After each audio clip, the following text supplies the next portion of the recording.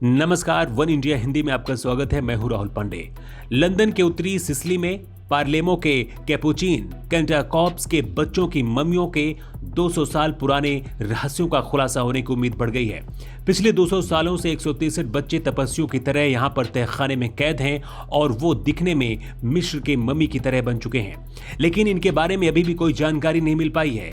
इन 163 बच्चों के मम्मी के रहस्य का राज क्या है, इसे जानने का इंतजार पूरी दुनिया कर रही है, लेकिन अभी तक 200 साल पुरानी 163 बच्चों के मम्मी के राज का रहस्य सुलझा नहीं है।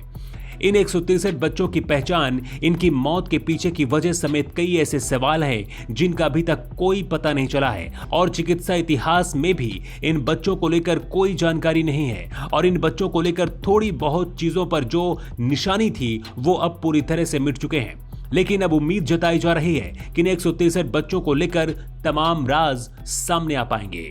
इन बच्चों की मम्मियों को लेकर जांच करने वाले डॉक्टर्स स्क्वाज ने कहा है कि हम जनवरी में अपना फील्ड वर्क करने जा रहे हैं। उन्होंने कहा है कि हम एक पोर्टेबल एक्सरे यूनिट लेंगे और विभिन्न कणों से बच्चों की सैकड़ों तस्वीरें लेंगे।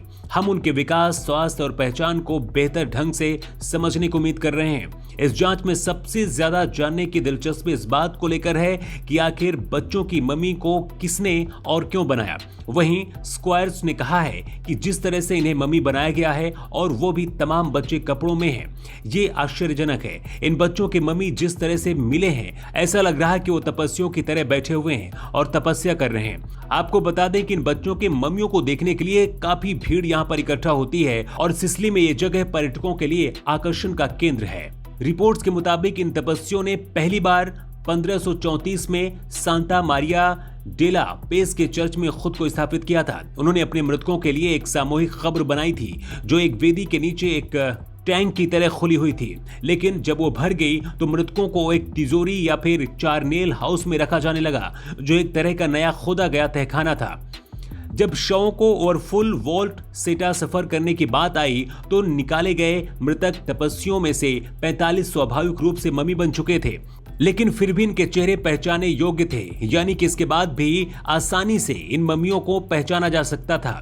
इनके मम्मी बनने की घटना को भगवान का एक काम माना गया। ऐसा माना जाता है कि इस क्षेत्र में मरने वाले बच्चों को भी इस तहखाने में रखने की इजाजत दे दी गई थी।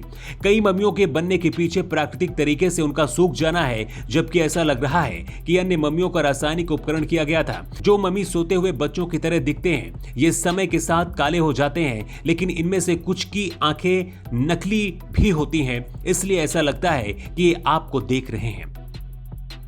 फिलहाल इस खबर में इतना ही। ज्यादा अपडेट्स के लिए आप बने रहिए वन इंडिया हिंदी के साथ।